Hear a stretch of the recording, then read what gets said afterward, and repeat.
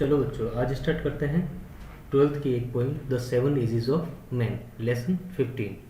तो इस पोइम को कंपोज किया है विलियम शेक्सपियर ने।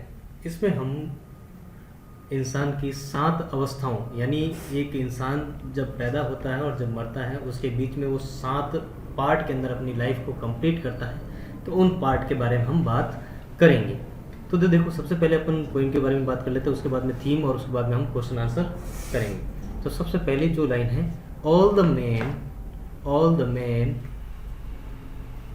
वाज अ स्टेज, यानी जो पूरा संसार है वो हमने क्या मान लिया है, एक स्टेज मान लिया है। तो पूरा संसार यहाँ पर एक स्टेज है और इस स्टेज के ऊपर मैन एंड वुमेन, ये यहाँ पे प्लूरल फॉर्म दे रखा है, ठीक है।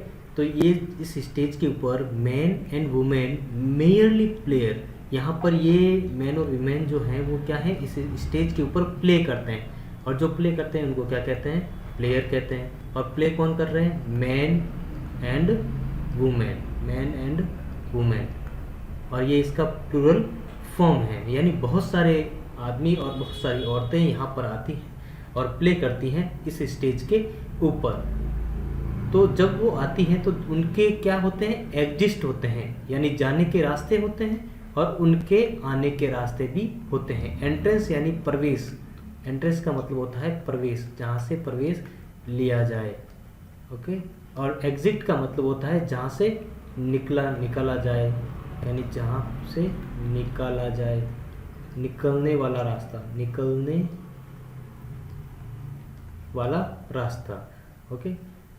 वन मैन, एक आदमी अपनी लाइफ का his time play many parts, अपनी लाइफ के बहुत सारे पार्ट इस स्टेज के ऊपर प्ले करता है। A man play many parts of his life on the stage, यानी अपनी स्टेज के बहुत सारे पार्ट जो है वो प्ले करता है, अपनी लाइफ के बहुत सारे पार्ट जो है वो इस स्टेज के ऊपर प्ले करता है।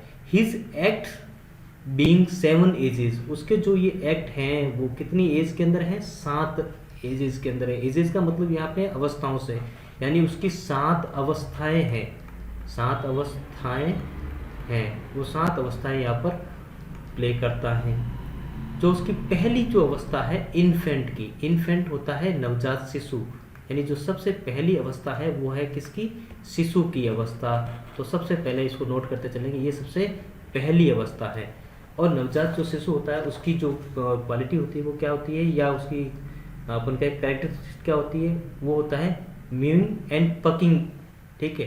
यानी म्यूइंग का मतलब तो वो रोता है, ठीक है, क्राई, इसको हम दूसरी अवस्था कहते हैं क्राई, ठीक है। और पकिंग का मतलब वॉमिटिंग, यानी वो उल्टी करता है, वो रोता है। म्यूइंग का मतलब होता है क्राई, यानी रोना, ठीक है। म्यूइंग का मतलब होता है रोना, और पकिंग का मतलब होता है उल्टी करना। क्या करना, उल्टी करना। किसके हाथों में, नर्स आर्म, यानी जो नर्स होती है, दाई माँ होती है, उसके हाथों में वो क्या करता है, उल्टी करता है। तो पहली अवस्था हो गई हमारी इन्फेंट की, यानी शिशु की। शिशु की अवस्था में हमारे पास जो कैरेक्टर्स है वो उसके 2 ही कैरेक्टर्स है, एक तो म्यूलिंग और दूसरा क्या है, पकिंग, ओके। म्यूइंग का मतलब उन्हें रोना, मिमियाना, और पकिंग का मतलब है उल्टी करना या गुलना। जो छोटे बच्चे होते हैं वो गुलते हैं, उसके लिए एक वर्ड है पकिंग, ठीक है, जो कि नर्स के हाथों में वो करता है। दूसरी स्टेज जो है वो है वाइनिंग स्कूल बॉय। कौन सा, वाइनिंग स्कूल बॉय, यानी हम इसके बारे में बात करेंगे कि किस तरह से एक स्कूल जाने वाले लड़का जो है उसका रोल प्ले करता है सेकंड स्टेज के अंदर आदमी, यानी स्कूल जाने वाले लड़के के रूप में, स्कूल जाने वाले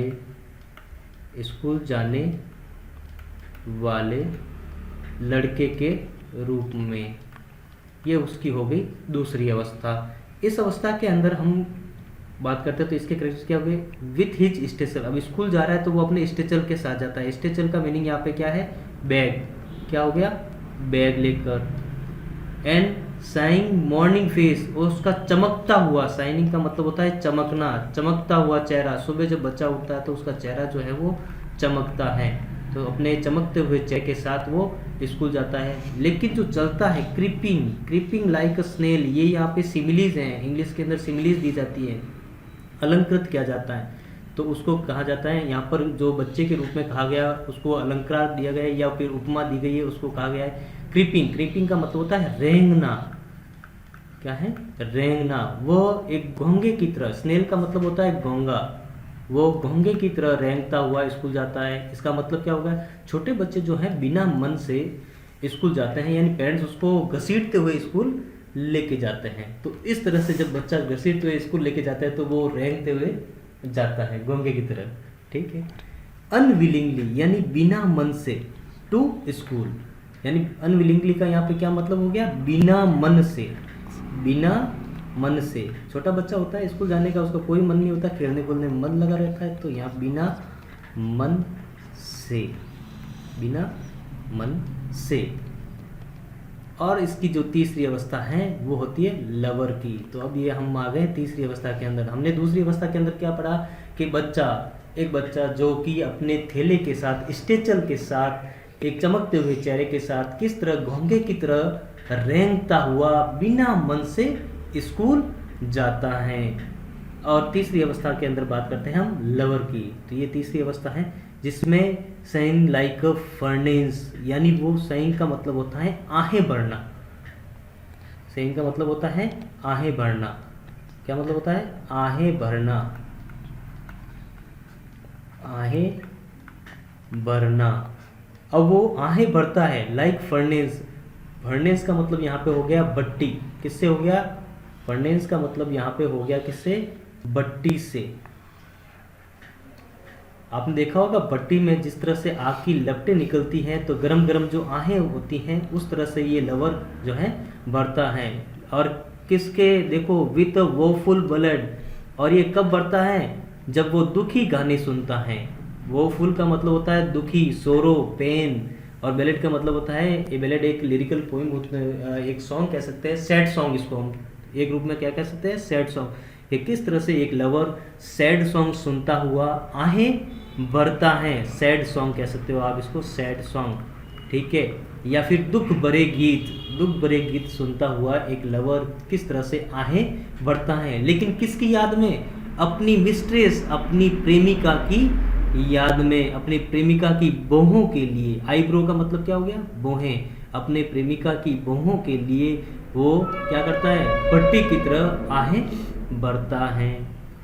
फिर आ गई चौथी स्टेज। चौथी स्टेज का नाम है सोल्जर। इसमें सोल्जर का पार्ट प्ले करता है। सोल्जर का पार्ट प्ले करने से पहले हम कुछ चीज और देख लेते हैं। सोल्जर के अंदर हम क्या क्या देखेंगे? देखो इसके सोल्जर जो कि फुल ऑफ स्ट्रेंज ऑथ, बहुत ही अजीबोगरीब वो ऑथ लेता है। ऑथ का मतलब होता है प्रतिज्ञा। ऑथ का मतलब क्या होता है? प्रतिज्ञा लेना। ऑथ का मतलब हो गया प्रतिज्ञा लेना, प्रतिज्ञा लेना। तो सोल्जर होता है, सोल्जर अलग अलग बहुत ही अजीबोगरीब प्रतिज्ञा लेता है। और उसकी बनावट देखो, अगर देखें तो उसकी बियर्डेड लाइक पार्ट, ये और एक सिमिलीज आ गई। उसकी जो दाढ़ी होती है वो पार्ट की तरह होती है। पार्ट से यहाँ पे मीनिंग है लियोपार्ड से। और लियोपार्ड किससे है? लियोपार्ड से। आपने तेंदुए वगैरह देखे होंगे, ठीक है, उनके किस तरह से बाल आ जाते हैं, उसी तरह से उनके क्या आ जाते हैं? बाल आ जाते हैं। ये होती है स्टेज कौन सी? सोल्जर वाली स्टेज। सैनिक, मतलब सैनिक वाला रोल यहाँ पे प्ले होता है। ठीक है। और वो अपने ऑनर के लिए, अपने स्वाभिमान के लिए बहुत ही ज़्यादा जेलस रहता है, दूसरों से जेलसी करता है। अगर उसके स्वाभिमान को थोड़ी सी भी ठेस पहुंचती है तो वो वहां से उठ जाता है, बैठा नहीं रहता। ठीक है। आगे चलते हैं। Sudden and quick in quarrel, मतलब वह लड़ाई झगड़े में यहाँ पे क्या जाता है? बहुत ही ज़्यादा अचानक उसके अंदर बदलाव आ जाता है। अगर थोड़ी सी भी उसको मतलब तू तड़ाक से बात की जाए तो लड़ाई झगड़े पर आ जाता है। ऐसा होता है सोल्जर, इस स्टेज के अंदर आदमी। और ये स्टेज ज़्यादातर कौन सी होती है? 23 साल के बाद की, 23 साल से 30 साल तक, जो कि इस स्टेज के अंदर आते हैं। और उसकी एक रेपुटेशन होती है, वो सिकिंग एंड बबल रेपुटेशन होती है, यानी अचानक से उसकी बदलाव आ जाता है। बबल किस तरह से? जैसे 5 या 6 सेकंड का होता है, वैसे ही उसकी रेपुटेशन होती है। आपको लगता है बहुत ही नरम तरीके से पेश आ रहा है वो, लेकिन जैसे ही अगर उसको कुछ ऐसी चुभने वाली बात कह दो तो उसकी रेपुटेशन जो है वो फट जाएगी। तो इसलिए इसको कहते हैं सिकिंग एंड बबल रेपुटेशन। तो उसकी जो रेपुटेशन होती है वो किस तरह से होती है, बुलबुले की भांति होती है। चाहे उसको कहाँ डाल दो आप, चाहे उसको कैनन्स माउथ, चाहे उसको तोप के मुंह में भी डाल दो, तब भी वो नहीं मानेगा। इस तरह से उसकी रेपुटेशन होती है। कैनन का मतलब होता है तोप, कैनन का मतलब होता है तोप। तो अगर वो अपनी बात के लिए अगर अड़ जाता है तो भले ही उसको तोप के मुंह में डाल दो, फिर भी वो नहीं मानता है। इसके बाद में जो फिफ्थ स्टेज आती है वो आती है जस्टिस की। किसकी आती है, जस्टिस की। ये इसकी 5वीं अवस्था है। तो 5वीं अवस्था के अंदर और क्या क्या उसके अंदर चेंजेस आ जाते हैं। तो सबसे पहला जो चेंज आता है उसके फेयर राउंड बेली। अब उसके पेट बाहर आने लग जाता है, गोल तोंद के रूप में पेट बाहर आने लग जाता है। ये होता है उसकी फेयर राउंड बेली। बेली का मतलब होता है तोंद। क्या होता है, तोंद, एक गोल तोंद, जो कि आपने देखा होगा ज्यादातर पुलिस वालों के और अपने पिताजी की जो बाहर आती है वो क्या होती है, तोंद होती है। वो उसकी जस्टिस की अवस्था होती है। इस अवस्था में होता क्या है, तोंद के साथ साथ गुड केपोन, अच्छा ये तोंद होती है, होता है क्या, ये तोंद होती है। इसको थोड़ा सा सही लिख देते हैं अपन, इसको 1 मिनट को,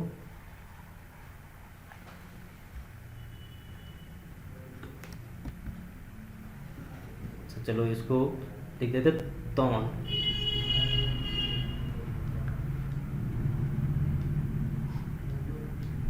ये तोंद है, ठीक है। अब आता है गुड केपोन लाइन। गुड केपोन लाइन का मतलब तोंद के साथ साथ उसके तोंद के आसपास चर्बी इकट्ठा हो जाती है। क्या हो जाती है, चर्बी इकट्ठा हो जाती है।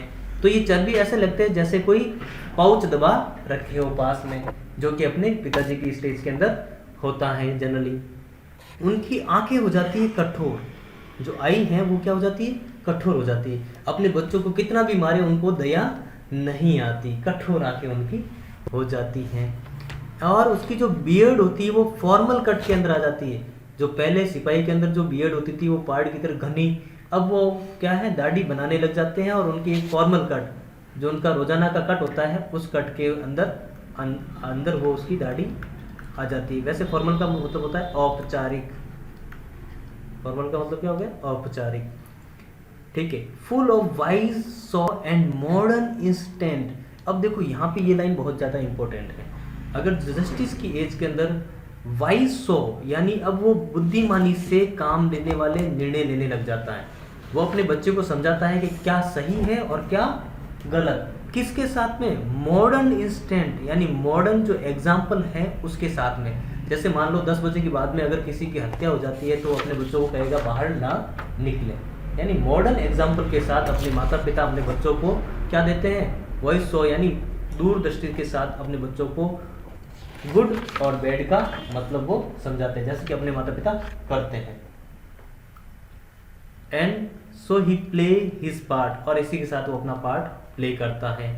6 पार्ट के अंदर, अब हम किस पार्ट के अंदर चल रहे हैं, 6 पार्ट के अंदर। और 6 पार्ट के अंदर देखो ओल्ड मैन, अब हम 6 पार्ट के अंदर जो रोल प्ले करेंगे वो किसका करेंगे, ओल्ड मैन का रोल प्ले करेंगे। ये हमारा है कौन सा पार्ट, 6 पार्ट। इसके अंदर होता क्या है कि इनटू लीन एंड स्लीपर्ड पतलून।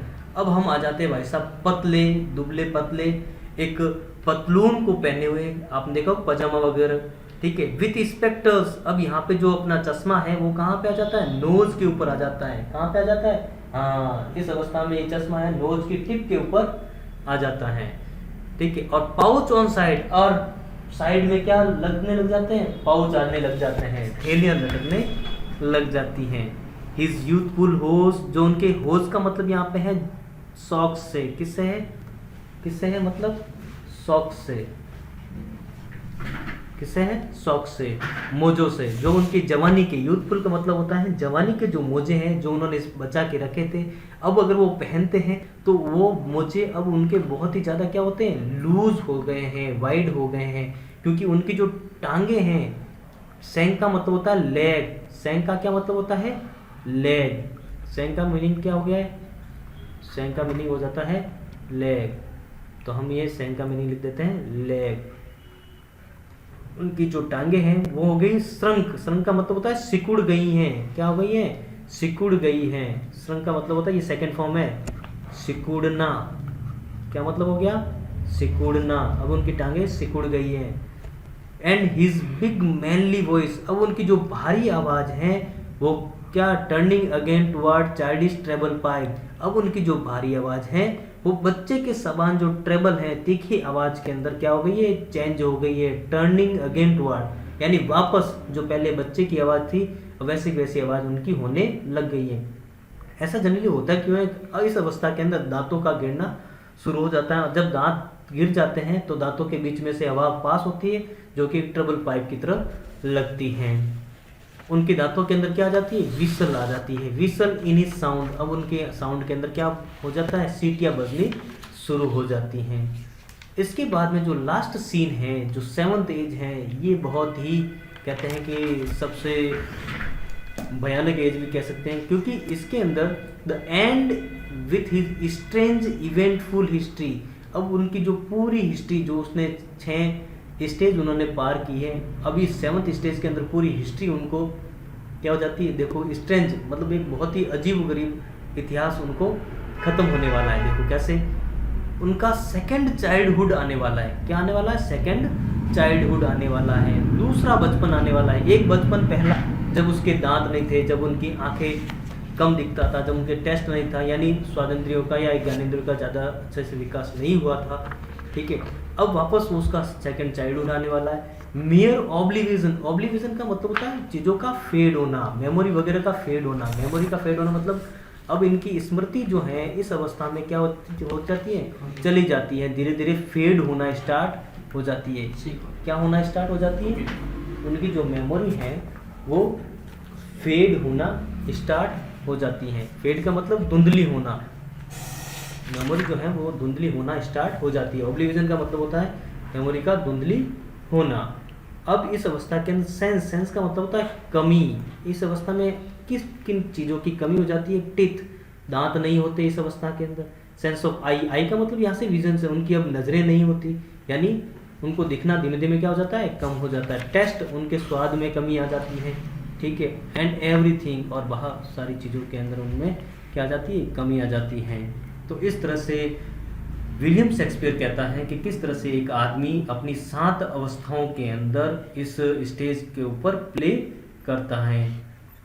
ठीक है, तो एक पोइम का जो थीम है वो भी हमको पढ़ना चाहिए। तो थीम के अंदर बहुत ज़्यादा इंपॉर्टेंट है, बुक के अंदर का जो हम थीम है उसके ऊपर ही डिस्कशन करते हैं। ठीक है, a poem is a monologue, ये एक मोनोलॉग है taken from a famous Shakespeare comedy, और ये शेक्सपियर की कॉमेडी से लिया गया है, एज यू लाइक, जो कि आपको पसंद आया होगा। It is spoken by melancholy Jaques. ठीक है, इसमें मेलेंचोली जेकेस जो फॉर्म है वो हमें दिखेगा। According to poet man's life, man की जो लाइफ है वो डिवाइड की गई कितने पार्ट के अंदर? 7 स्टेज के अंदर। जो फर्स्ट स्टेज है वो कौन सा है? इन्फेंट का। Second stage school going boy का। थर्ड स्टेज लवर का। फोर्थ स्टेज सोल्जर का। फिफ्थ स्टेज जस्टिस का। सिक्स स्टेज पेंटलोन का। और लास्ट जो स्टेज था वो ओल्ड एज। ठीक है, लास्ट जो स्टेज था वो ओल्ड एज का स्टेज था। तो हमने ओल्ड एज या ओल्ड मैन जो है, हमने जो ये वाला स्टेज है ये कौन सा है? ये पटलून वाला स्टेज है। इसकी जगह हम क्या लिख देंगे? पटलून, हम यहाँ पे लिख देंगे।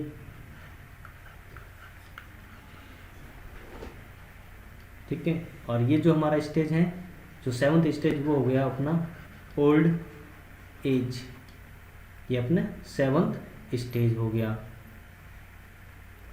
और लास्ट 7th स्टेज। इस तरह से Shakespeare often quite monologue written iambic pentameter. Pentameter मतलब 5 जो लाइन के अंदर लिखा जाए उसको पेंटामीटर कहते हैं। ठीक है, इस तरह से बहुत सारे जो शेक्सपियर के रिटर्न वर्क थे वो बहुत ही ज़्यादा फेमस भी थे।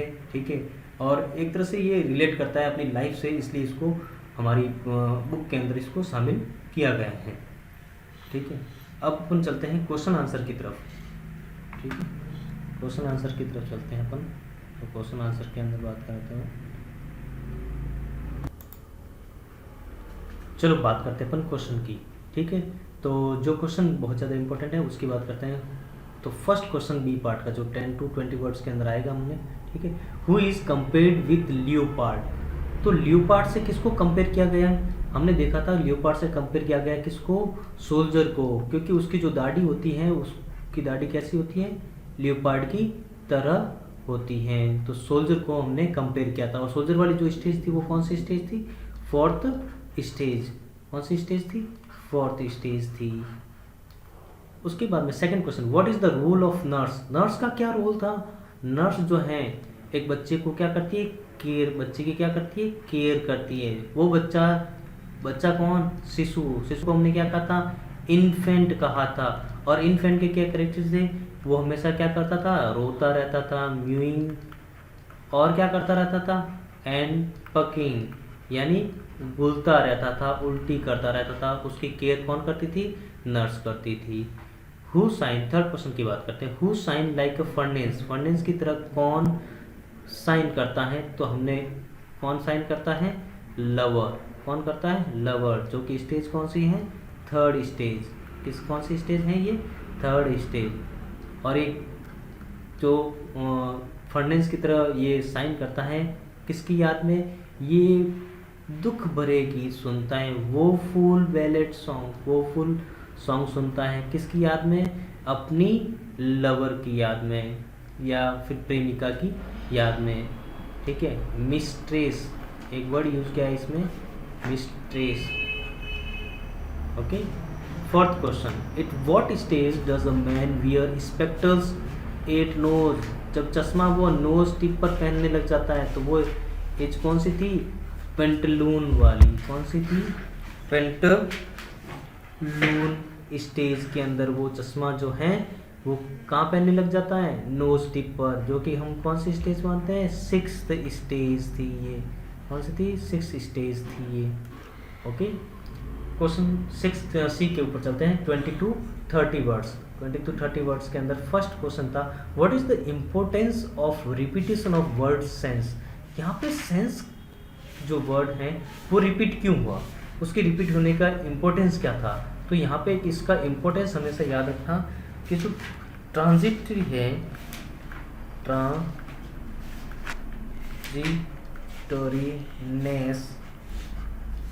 Of human organ, human organ, या हम कह सकते हैं बॉडी, ठीक है।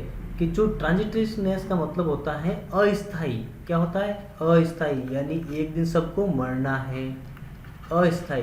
तो ह्यूमन के जो ऑर्गन होते हैं, ह्यूमन की जो बॉडी होती है वो अस्थाई होती है, कभी भी स्थायी नहीं होती, यानी इनकी कमी एक न एक दिन तो होनी ही है। तो ट्रांजिटरीनेस ऑफ ह्यूमन ऑर्गन या बॉडी, तो इसी इम्पोर्टेंस को शो करने के लिए यहाँ पे एक वर्ड आया, कौन सा? सेंस, ठीक है। Do you find any melancholy reference in the poem? तो पोइम के अंदर जो है मेलेंचोली रेफरेंस जो है वो हमें कहाँ मिलता है? तो मेलेंचोली रेफरेंस अगर हम बुक में अंदर देखें तो जो अपनी 6th और 7th स्टेज है, यानी मेलेंचोली का मतलब वैसे होता क्या है? मेलेंचोली का मतलब होता है दुख। क्या होता है? दुख। मेलेंचोली का जो मीनिंग होता है वो किससे लेकर है? दुख से लेकर है, उदासी से लेकर है। दुख या फिर उदासी या फिर अवसाद, इसको लेकर है। और दुख, उदासी, अवसाद, जब वो अपनी पुरानी हिस्ट्री को याद करता है तब दुखी कब होता है? तो वो स्टेज कौन सी होती है? जब अपनी पुरानी हिस्ट्री को याद करके दुखी होता है, वो स्टेज होती है 6th स्टेज, 6th और 7th स्टेज, जिसके अंदर मेलेंचोली रेफरेंस हमें मिलेंगे। तो 6th स्टेज के जितने भी हमारे जो हैं इम्पोर्टेंस कैरेक्टर्स वो इसके क्या हो जाएंगे? एग्जाम्पल हो जाएंगे। जैसे कि spectacles on knows, 6th stage के अंदर क्या होता है? स्पेक्टिकल्स ऑन नोज, उसके स्पेक्टल्स कहाँ पे होते हैं? नोज में, नोज के ऊपर होते हैं। उसकी जो टांगे हैं वो क्या हो जाती है?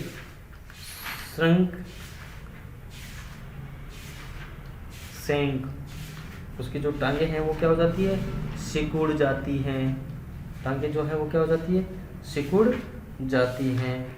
मैन उस समय क्या हो जाता है? मैन जो है उस समय क्या हो जाता है, दुबला पतला हो जाता है, लीन हो जाता है, लीन दुबला पतला हो जाता है। इसके अलावा उसके अंदर क्या किन किन चीज़ों की कमी आ जाती है, सेंस, किन किन चीज़ों की कमी हो जाती है, टीथ, उनके दांत नहीं रहते, और आई, उनकी नज़रें, दांत से मतलब है उसका, ठीक है, दांत मतलब खाने पीने की वो चीज़ें आपको नहीं खा पाता, आई वो उसकी नज़रें कमज़ोर हो जाती हैं, और उसका टेस्ट चला जाता है, ठीक है, और लास्ट था एवरीथिंग, इन चीज़ों की क्या हो जाती है, कमी हो जाती है। इसके बाद में हमारे पास जो लास्ट क्वेश्चन था, pick out the similes of the poem, और सिमिलीज मैंने बताई थी जहाँ जहाँ पे उपमा या अलंकार कृत किया गया है वो चीज़ें। और अगर सिमिलीज की बात करें तो हमारे पास कुछ सिमिलीज थी, कौन सी सिमिलीज हैं, देखो हम बात करते हैं। पहली जो सिमिलीज थी स्कूल गोइंग बॉय को लेकर, कि जो स्कूल गोइंग बॉय है वो किस तरह से चलता है, तो क्रीपिंग लाइक अ स्नेल, जो फर्स्ट सिमिलीज के जो चलता है वो किसकी तरह चलता है, जैसे घोंगे की तरह वो चल रहा हो, क्रीपिंग लाइक अ स्नेल, तो फर्स्ट सिमिलीज ये हो गई। सेकेंड सिमिलीज हमारे पास क्या थी, शाइनिंग लाइक अ फर्नेस, तो जो लवर के लिए था एक कहा गया कि shining shining shining like a furnace, furnace, भट्टी की तरह आहे बढ़ना, गरम गरम आहे बढ़ना। और थर्ड जो सिमिलीज थी, bearded like a part, bearded like a part. तो ये तीन सिमिलीज हमने पोएम के अंदर पढ़ी, तीन सिमिलीज हमने पोएम के अंदर पढ़ी, और अलग अलग स्टेज के अंदर। ये स्कूल गोइंग बॉय को लेकर थी, स्कूल गोइंग बॉय को लेकर थी, ये थी लवर के अंदर जब वो भट्टी की तरह आहे बढ़ता है, और ये था बियर्डेड लाइक ए फूल, ये था सोल्जर के अंदर, किसके अंदर, सोल्जर के अंदर जो हमने पढ़ा। तो ये थे तीनों सिमिलीज, सिमिलीज का मतलब किसकी तरह, ठीक है। तो ये हमारा था थर्ड क्वेश्चन। इसके अलावा 60s और 70s के अंदर इस बार शायद क्वेश्चन आएगा नहीं, ठीक है, फिर भी हम एक बार इनको कंप्लीट कर भी लेते हैं, ठीक है। तो describe the silence feature of all 7 stage, तो हमें सातों स्टेज के अंदर जितने भी 7 स्टेज के जो कैरेक्टरिस्ट हैं वो हमें इसके अंदर डिस्क्राइब करने हैं, ठीक है। मेंस के अंदर जो 7 रोल प्ले करते हैं उनके सबके कैरेक्टरिस्ट। पिक आउट द मेटाफोर, यहाँ हमें मेटाफोर बतानी है टेक्स्ट के अंदर की। तो मेटाफोर के लिए हम जो हैं कुछ बातें कह सकते हैं, जैसे कि ये सब जो संसार है, जो पूरा क्या है, एक स्टेज है, ठीक है। अलग अलग मतलब चीज़ों को हम जिसकी उपमा देते हैं वो हम कहते हैं मेटाफोर। मेटाफोर को हम अलंकार भी कह सकते हैं, उपमा भी कह सकते हैं, या कह सकते हैं अलंकार, अलंकार भी कह सकते हैं, ठीक है। तो जो जो अलंकार का यूज़ हुआ है वो इसके अंदर हमें पिक करनी है, ठीक है। How does poem represent a mature view of life, तो मैच्योर व्यू ऑफ लाइफ को किस तरह से जो ह्यूमन है वो 7 स्टेज के अंदर अपनी लाइफ को जीता है, ठीक है, उसके बारे में बताना है। मतलब सेम क्वेश्चन है, किस तरह से वो रिप्रेजेंट करता है अपने आप को 7 स्टेज के अंदर। Explain how all word is stage in concept of poem, तो सेम क्वेश्चन है, उसको वापस एक्सप्लेन करना है, अलग अलग जो स्टेज है उनको क्या करना है, एक्सप्लेन करना है अपने वर्ड्स के अंदर। Discuss Shakespeare as a minute observer of human life, यानी किस तरह से ह्यूमन लाइफ को शेक्सपियर ने ऑब्जर्व किया या उसके ऊपर टीका टिप्पणी की। मिनट्स का मतलब यहाँ पे हो जाता है टीका टिप्पणी करना। तो उसने 7 जो स्टेज बताई है उसको लेकर जो अपने मिनट्स में व्याख्यान दिया है या जो भी बात कही है वो 7 स्टेज यहाँ पे एक्सप्लेन करनी है। तो सेम क्वेश्चन है, अलग अलग फॉर्मेट के अंदर कहे गए हैं, ठीक है, और इनको अपने शब्दों के अंदर लिखना है। तो इसी के साथ हमारी जो ये पोइम है द 7 एजेस ऑफ मैन वो होती है कंप्लीट। और आप देख रहे हैं TSP का यूट्यूब चैनल, इसलिए सब्सक्राइब एंड शेयर।